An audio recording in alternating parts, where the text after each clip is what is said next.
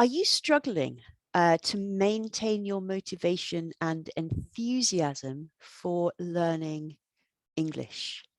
My name is Sarah and I am an English teacher and language anxiety coach. And in this video, I'm going to talk about 3 things that you could do if you're kind of feeling a little bit bored or a little bit like you don't quite have enough motivation to really continue with your studies. Now, this video was inspired by one of my students who um, recently has had to start using English at work. So they go to work, they spend all their working day speaking in English, and understandably, when they get home, they're kind of tired and they don't really want to sit down and practice and study English. And so the student was talking about this and they said, yeah, I think I'm going to take an English holiday. And it really made me start to think, what can we do when we just can't find that motivation inside ourselves? So the first thing that I would say you can do is just do stuff that's fun.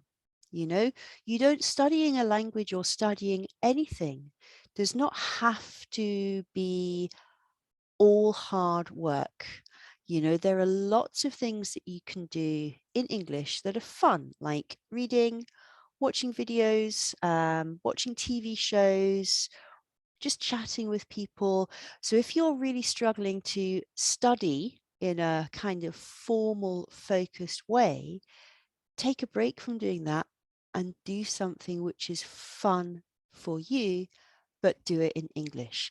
So I have another student who they love knitting and they watch knitting videos on YouTube. And I think that's a brilliant way to maintain that connection with English, but in a way which is really fun and enjoyable. So for a short time, get rid of all the boring stuff, get rid of all the difficult stuff, and just do fun things. Just enjoy English.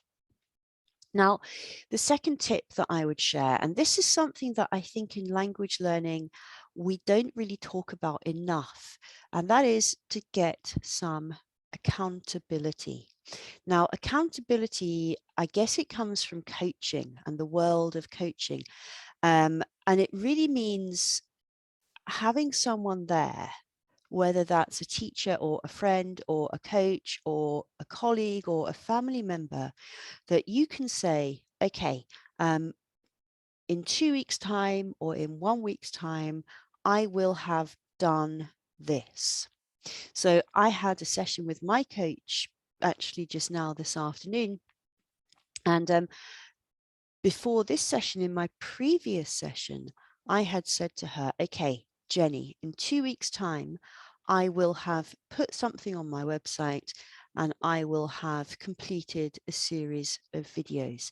And because I had said this to her, I really felt that I had to do it. There's nothing worse than telling someone you're going to do something and then not doing it because you just feel like such a idiot, really.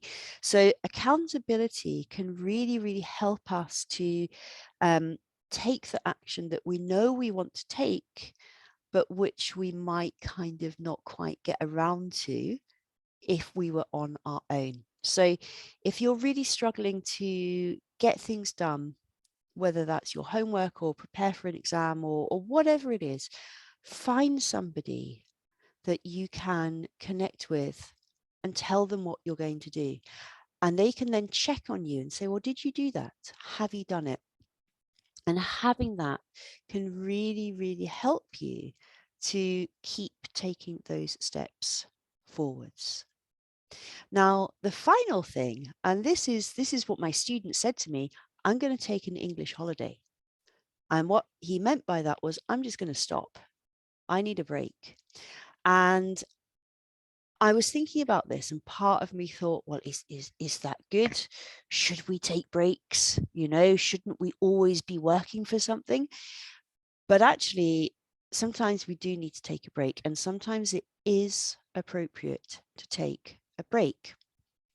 And it could be that, you've been working for an exam and it's been really, really tough and you've worked really hard. And after that, you think, you know what, I just want to do something else. I want to go out for walks more. I want to, I don't know, go swimming, eat cakes, whatever it is. I just need a break from studying. And I actually think that's fine. If you are really, really tired and really struggling with your motivation, why not just stop for a little bit or a long bit? Who knows? I'm taking a break from Chinese this year because it isn't my priority. Although I love learning Chinese, at the moment, I have so many other things to do that I would really struggle to fit Chinese into my life. So instead of kind of trying to fit it in and then feeling bad because I can't, I've just decided for this year, 2022, I'm going to take a break.